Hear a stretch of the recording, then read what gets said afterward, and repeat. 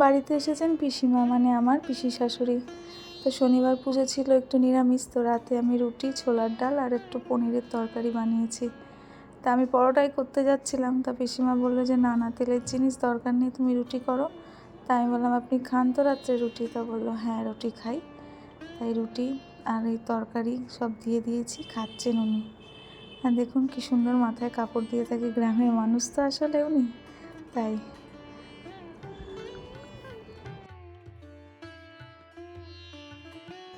আর আজ হচ্ছে মঙ্গলবার। গতকাল রাত্রে এই যে এক ট্রে ডিম নিয়ে আসা হচ্ছিলো, তা আমি কন্টেনারে তুলে রেখেছি। আগের বারের ডিমগুলো আমার কিশোর সব ফাটিয়ে দিয়েছে। আসলে ফ্রিজের লকটা তো খারাপ, ও খুলেছে, তাই ফ্রিজের আর রাখবো না।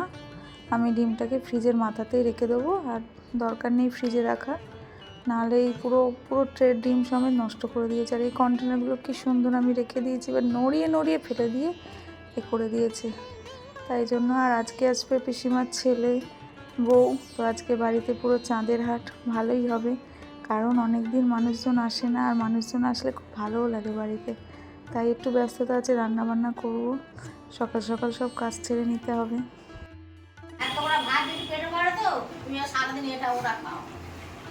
হ্যাঁ বলবে এ আমার খাবার এসে আমার এইগুলো করে দিয়েছে। হ্যাঁ হ্যাঁ, এত করে ভাত অন্তত পেটে ফেলবি।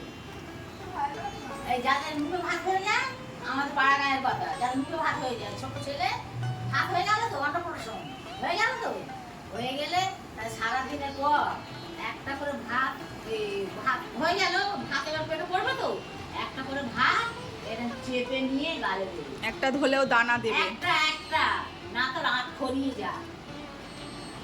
আমাদের পাড়া গায়ের কথা, এখানে কথা না, বুঝতে পেরেছ? একটা ভাত অন্তত টিপে নিয়ে গালে দেবে। ফটো তুলে নিচ্ছে আমার, দেখছি আর ফটো তুলে নিচ্ছে আমার। এই খাবার কথা মনে থাকবে, বুঝতে পেরেছ?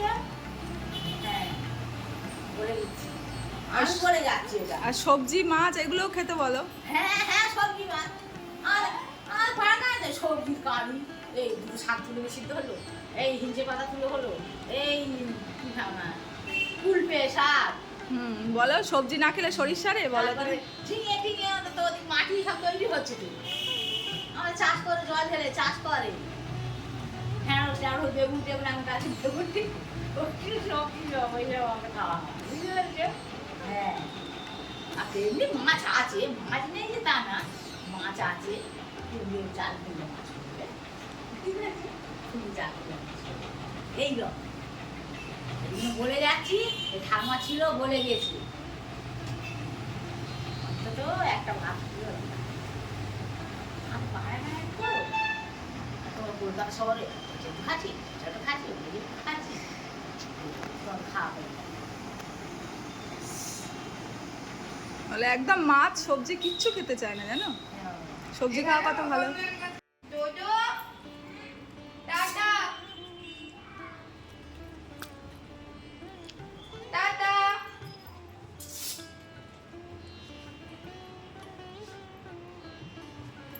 টাটা করে দেন, টাটা করে।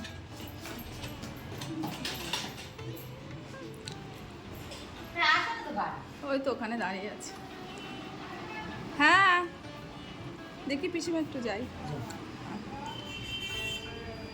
তো মেয়ে আজকে ভাত খায়নি, তাই পিসিমা দেখে এইসব কথাগুলো মেয়েকে বলছিল। মানু তো শুনে হাসছে, অবাক হয়ে গেছে পুরো মেয়েটা আমার আজকে। আসলে বলেছিল তো আজকে মা ভাত ভালো লাগছে না তাই খায়নি, তাই চাউ নিয়ে গেছে আর একটু চাউ খেয়ে গেছে।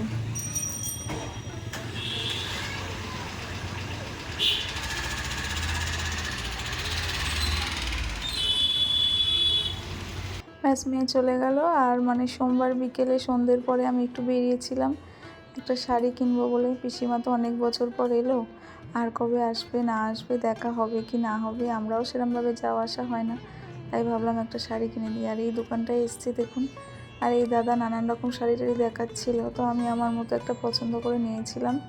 তো অনেক রকম শাড়িই আছে, বেশ ভালো ভালো কালেকশান দেখুন। তারপরে শাড়িটা নিয়ে বাড়ি যাব, পিসিমাকেও দেখাবো, তার সাথে আপনারাও দেখে নেবেন। আর ওই পিসিমা দেখলাম ছাপা শাড়ি আর বেশিরভাগটা তাঁতের শাড়িই পরে, তাই আমি একটু ওই তাঁতের শাড়ি নিয়ে নিয়েছিলাম। কারণ আর আর নানান রকম দেখছিলাম, পছন্দেরও তো একটা ব্যাপার আছে, আসলে উনি যে ধরনের পরে বা এ করে সেই বুঝেই একটা শাড়ি আমাকে নিতে হবে।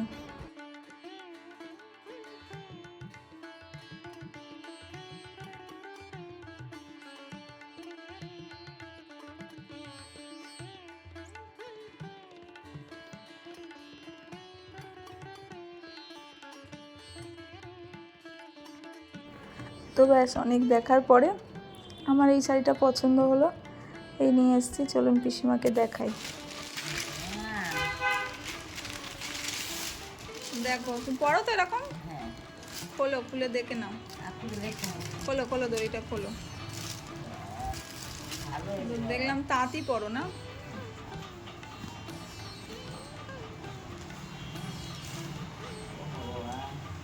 ঘুম পাচ্ছে, তাহলে তুমি খেয়ে নাও।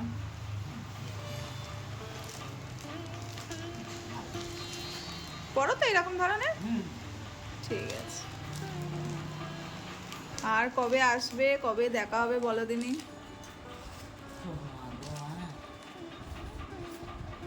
7 বছর পর দেখা হলো বলো।